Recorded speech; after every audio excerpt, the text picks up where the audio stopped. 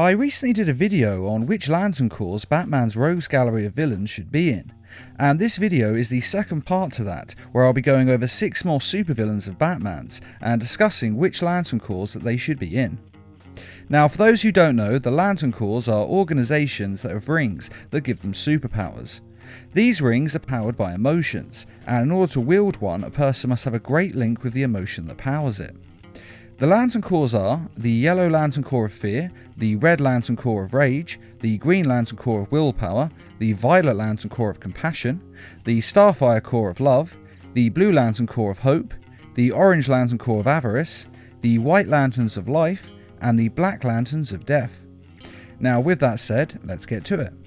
Killer Croc. Killer Croc's real name is Waylon Jones, and he was born with a rare health disorder that essentially makes him a throwback, genetically speaking.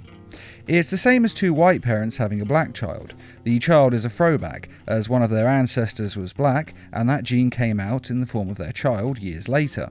Killer Croc's illness is like this, sort of, except that it's an evolutionary throwback.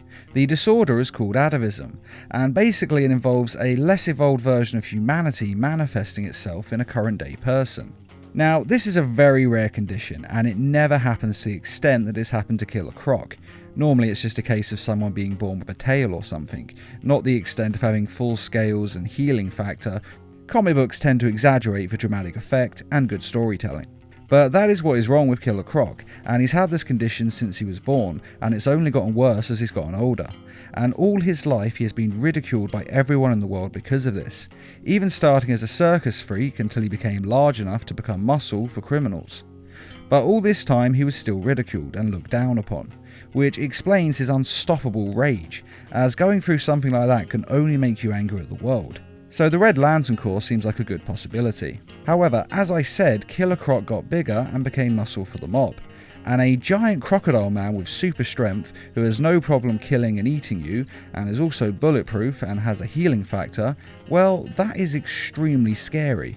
And people are terrified of Killer Croc, as they should be, since he's quite literally a monster. So he easily could be put in the Sinestro Lantern Corps of Fear, as he's more than qualified as an inspiration of fear. And this one is difficult to call, and I think it depends on what version of Killer Croc we're talking about, as the version of Killer Croc shown in the Batman TV show is a more clever and criminal version of Killer Croc, and would definitely be more suited to the Fear Lantern Corps than the Rage Lantern Corps. Who are you? Name's Croc. Killer Croc. But you can call me boss. Whereas the Killer Croc in the Arkham Games series should definitely be in the Red Lantern Corps of Rage, as he's pretty much angry throughout the whole thing. Do you think the condition causes physical pain? Might that explain his rage? It goes deeper than that. Imagine growing up looking like he did. Children are cruel, Alfred. So are adults, sir. All part of the human condition, I suppose. But I think these 2 Lantern Corps are the only real choices for Killer Croc, and it just depends on which version of him we're talking about.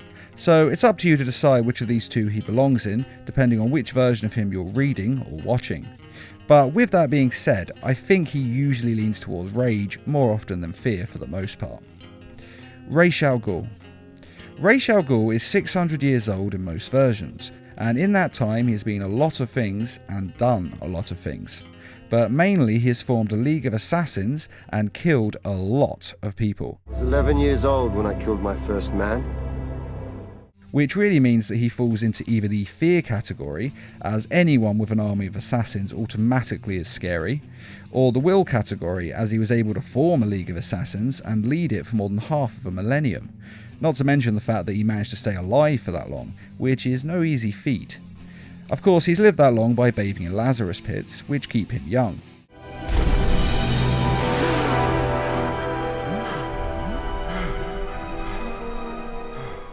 And they also bring him back to life when he dies.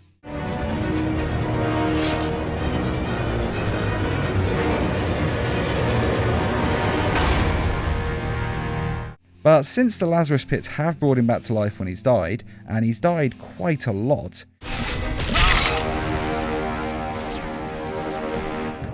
although will and fear makes sense, death seems to be the perfect Lantern Corps for him, because he has found a way to cheat death, although not forever, as Ra's al Ghul will eventually die of course, as he has several times before. But death is clearly Ra's al Ghul's obsession, both in him cheating it, and in him commanding a League of Assassins, which is basically a death cult. Now, the Black Lantern Corps death rings can be worn by the dead, but they can also be worn by those who have been resurrected. And as I say, Ra's al Ghul has been resurrected quite a lot. In fact, he's probably the most resurrected man in DC Comics, so he can definitely wear a black power ring. Although there is one drawback with this Lantern Corps. Unlike the other Lantern Corps, the black rings take control of the person wearing the ring. So in the other Corps, the person who's wearing the ring is in full control of it. But in the Black Lantern Corps, the rings possess the person and take complete control of their body. So although it is the perfect league for Ra's, he would gain no power and lose everything. Although given his past, he kind of would deserve that. But like I say, he could be put in either the Will or the Fear Lantern rings.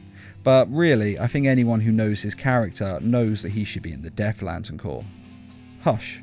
Hush is the handsome Dr. Elliot, childhood friend of Bruce Wayne and inheritor of billions.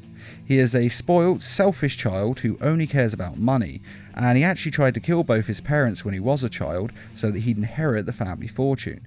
The car crash wasn't an accident. It was you. You wanted to kill them. I only want what I deserve. Unfortunately for him, Bruce Wayne's father, Dr. Thomas Wayne, was able to save his mother's life. He did all he could to save your parents after the crash. I'm sorry you lost your father, but he saved your mother's life. He denied me what was rightfully mine. And though Hush was later able to kill his mother and inherit the family fortune, he always resented the Waynes for this. But when Thomas and Martha Wayne died, this obsession went over into their son, Bruce Wayne, which only increased when he discovered that Bruce Wayne was Batman. But the point being that all he ever cared about, even as a child, was money. Killing your own parents to get their money is a pretty clear indication of what you value in life. So this Lantern Corps is actually one of the easier ones of Batman's Rogues Gallery, as it can only be the Orange Lantern Corps of Avarice, because his wealth is the only thing that Hush values in life. He was born into extreme privilege, and as I said, he is a selfish and spoilt person that only cares about himself, and he is the very definition of avarice. Bane. Bane's father was a criminal who escaped the justice system, and the corrupt government of Santa Prisca decided that his son, Bane, should serve out his sentence in prison instead.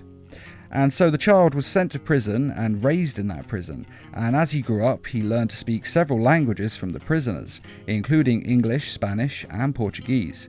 He read as many books as he could get his hands on and worked out as much as possible until he was a credible threat in the prison. And the prison guards decided that he was too much of a threat, and they put him in with the scientist who experimented on him with the drug Venom, which had killed all of the other test subjects.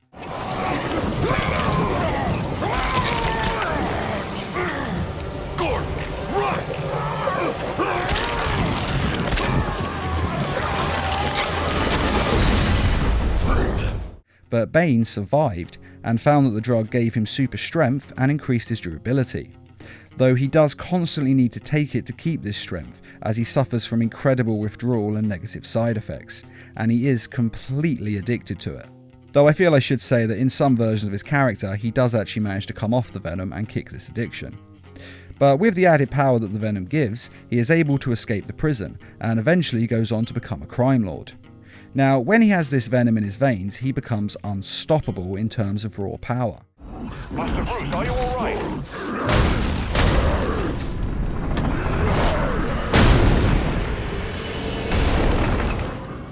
And he is let loose with mad rage on many occasions. So at first you think that he belonged in the Rage Corps, as he is undoubtedly a man of devastating power and fury, and given what has happened to him in his life, he undoubtedly has incredible rage, and with this strength and power, he can unleash it in devastating ways. But that is only on the surface. Underneath this super strength and rage, he actually has quite a keen mind. He is a very intelligent person, which is actually in contrast to the fact that most people see his size and see his muscles, and assume that he's just those muscles and nothing else. But he is one of the few people to ever truly beat Batman, and he did this not with his muscles, but by using his brain. Move it along, big boy. No, he's coming for you now. And when he gets here, I'm going to kill him. He used tactics to take down Batman. First, he studied him to find his weaknesses, and then he sent wave after wave of supervillains around him to wear him down night by night, and he kept doing this, watching how Batman was gradually getting weaker and weaker as he was getting more wounded and having less time to rest and heal. And when Batman was at his lowest point, Bane then decided to attack, and he snapped his spine. So admittedly he did use his super strength on this bit, but it was his tactics that really won him the day. And by snapping Batman's spine, he gave him his worst injury to date, and one of the worst injuries that Batman has ever received. Not just in physically having his spine broken, but he was one of the few people to actually beat Batman. Not just in terms of raw strength, but as I said, he was able to do it by beating him mind to mind. So willpower seems like a good choice, as Bane was able to rise up from a prison where he had absolutely nothing in life. And when he rose up, he didn't just go out and get a normal job, he became a crime lord and a force to be reckoned with, so much so that he was able to beat Batman. And as I said, while he was in prison, he learnt to read, write and speak many languages. And most people don't even achieve all of that with a full education system, but this guy managed to do it inside a prison with no help other than that which he was able to threaten out of people and barter out of people. And all of this means that he must have a great amount of willpower. Especially the outmaneuvering Batman, because, let's be honest, no one ever outmaneuvers Batman. And it does have to be said that through Bane's career as a criminal, he has displayed much more willpower than he has anger. Yes, he's been angry at times, but then who hasn't? But being clever and planning things through to achieve his goals is something that he constantly and consistently does. And as I said, in some versions of his character, he was even able to kick his venom addiction. And as we all know from the media, drug addiction is one of the hardest things to beat. So he could easily be put in the Red Lanterns of Rage, as he certainly is qualified. But I think the Lantern Corps of Willpower is right for him. I will break you, Batman! Then the Bruja! No, Bane. This time I break you.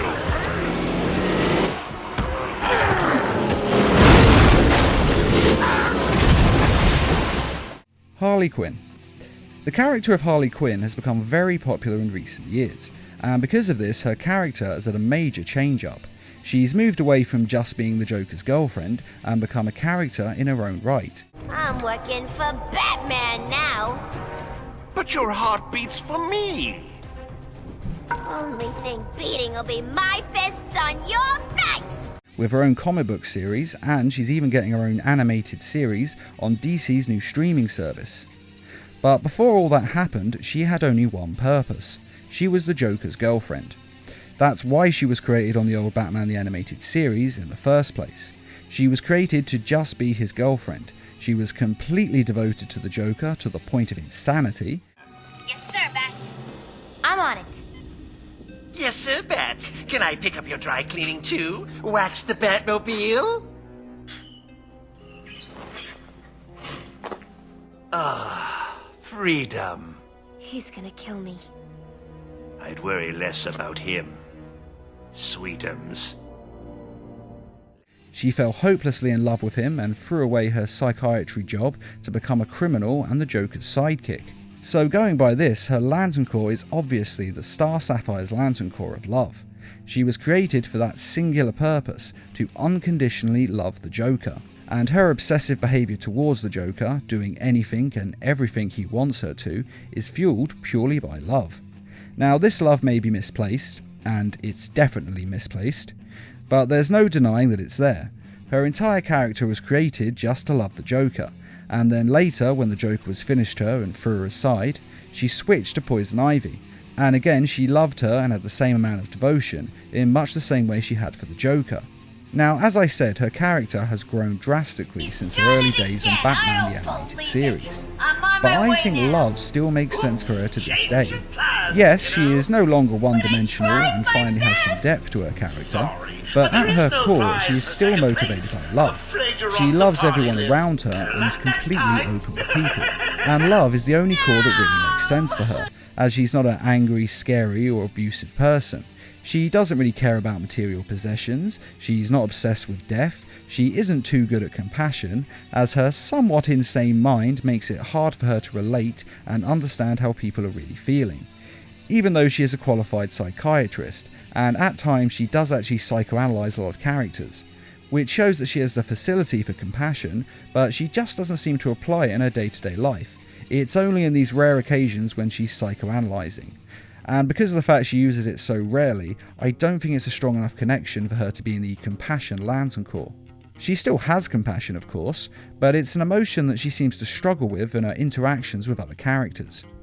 An argument could be made that she belongs in the Life Lantern Corps, as she is certainly full of life. In fact, she's one of, if not the, most caring, free and fun-loving character in DC Comics, and she lives her life to the fullest. But really, I think love is a stronger emotion for her. It's a key part of her origin and her character's core. And I think that love is just the right Lantern Corps for her. It's how she approaches life and those around her, and it's the Lantern Corps that I think she'd have the strongest connection to. Die, you big ugly bat!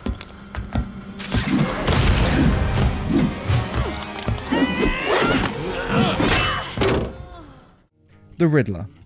The Riddler's real name is Edward Nygma, and as the name suggests, he loves riddles. Since he was a child, he has been obsessed with riddles and puzzles, and this obsession has continued into his adult life. And in Batman, he has found an opponent who is clearly smarter than him, and can easily outmaneuver him because of this. However, the Riddler has a colossal ego, and as such he can't admit or even see that Batman is better than him at pretty much anything. Rule the first. You will address me at all times as Riddler, the Riddler, or Mr. Nygma, sir. And it's because of this that his insane obsession with Batman began, and that it continues to this day, as he is desperately trying to prove that he is superior to Batman. This is normally in the form of an elaborate death trap that he claims is a riddle for Batman to solve, but obviously it isn't a riddle at all, and the death traps are rigged heavily in the Riddler's favour. And this obsession has continued for decades, and though time moves differently in the comics, this has still been going on for a very long time. And for this reason, I think that the Riddler belongs in the Willpower Lantern Corps, because keeping his obsession going in the face of overwhelming adversity is not easy. And let's face it, everyone knows that the Riddler will never truly beat Batman, but he continues on even though there is no chance in hell that he can win. Listen to me carefully. I still have more of those guards, so I'll just need a couple of days and I will make a puzzle so taxing that you will never solve it. I will. You'll see. And yes, that is insane, but it still takes an enormous amount of willpower, and green does go perfectly with the Riddler's colour scheme of his costume. And maybe hope would work for him, as he never gives up on beating Batman, but it's not so much hope as it is blind delusion, because the Riddler doesn't hope to win, he knows that he's going to win, just as he knows that he is completely superior to Batman in every way. Locked in here, surrounded by inferior minds. I can almost feel them sucking the intelligence out of me. Or at least that's what he thinks, and he's continually trying to prove it. And that, combined with the fact that green is definitely his colour, means he must belong to the Willpower Lantern Corps.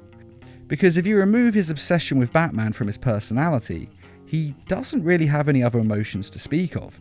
At this point, his entire life is built around thwarting Batman and nothing else. So, realistically, what else could you put him in? The only Lantern Corps that makes sense, as far as I can see, is the Willpower Lantern Corps. And that is the second part of Batman's Rogues Gallery's Lantern Corps. I'm going to do a third part to this series, so if there are any other Batman enemies that you'd like to see in the next video, please let us all know in the comments. And again, I may not do all the ones you suggest, but I will definitely consider them, and if you write them down, they stand a good chance of being in the next video. And I'd just like to say a quick thank you to those of you who made this video possible by donating to the Needle Mouse Productions page on Patreon. Patreon is a crowdfunding site that is helping us to bring you more videos each week and to raise funds for adapting comic book stories into short animated films. If you're interested in donating or just want to find out more, a link is in this video's description. And as always, thanks for watching, and feel free to subscribe, share, like, and comment.